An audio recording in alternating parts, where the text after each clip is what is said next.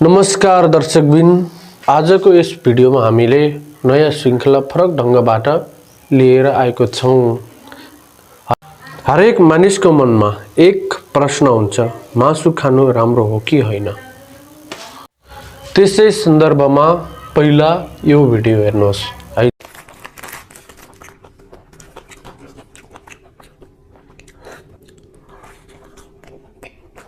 यो मानिसले कसरी मासु खाए।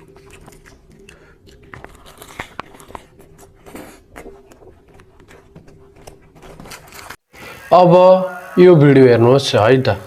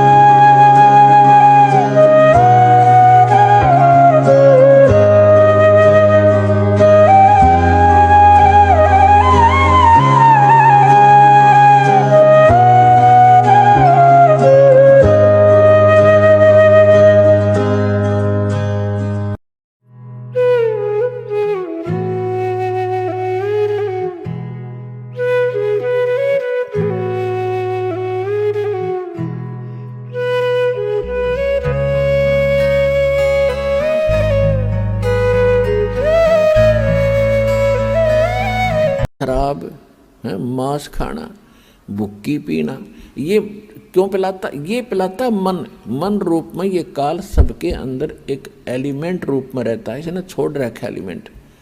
जैसे परमात्मा का एलिमेंट तो आत्मा है और काल का एलिमेंट ये मन है, तो इसने सारी को बद्ध करवाणी जीवते।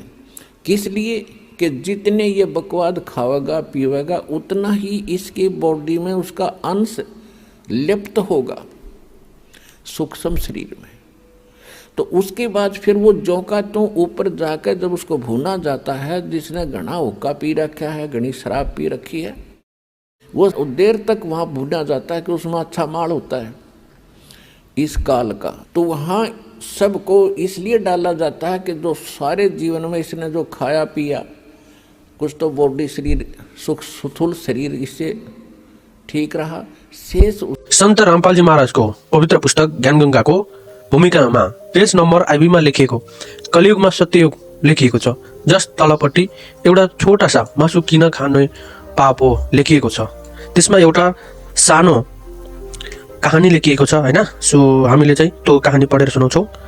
एक समय एकजना सन्त आफ्नो शिष्यसँगै कहीँ गइरहेका थिए। त्यहाँ एउटा माझी पोखरामा माछा मारिरहेको थियो।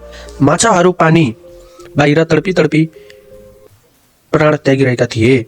शिष्यले सोधे, हे गुरुदेव, यस अपराधी प्राणीले के सजाय पाउनेछ?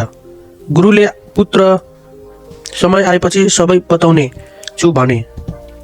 4-5 वर्ष पश्चात दुवै गुरु र शिष्य केही जान लागेको जङ्गलको बाटो हुँदै गइरहेका थिए। त्यहाँ एउटा हात्तीको बच्चा कराइरहेको थियो। उफ्रदै खेल्दै हात्तीको बच्चा दुई नजिक रहेको रुखको बिचमा फस्यो र बल्ल तल्ल निस्क्यो। तर निस्कन प्रयास गर्दा उसको शरीरको छाला खुलिरहेको तथा शरीरमा घाउ भएको थियो। उसले शरीरभरि आशा अथवा किरा हिँडिरहेका थिए। ती किराहरूले त्यस हात्तीको बच्चालाई लुचिरहेका थिए। त्यो हात्तीको बच्चा नराम्रोसँग कराइरहेको थियो। शिष्यले हे गुरुदेव, यस प्राणीले कुन पापको दण्ड भोगिरहेको छ सोधे। गुरुदेवले भने, पुत्र, यो त्यही माझी हो जो त्यस सहर बाहिरको पोखरीबाट माछा निकालिरहेको थियो।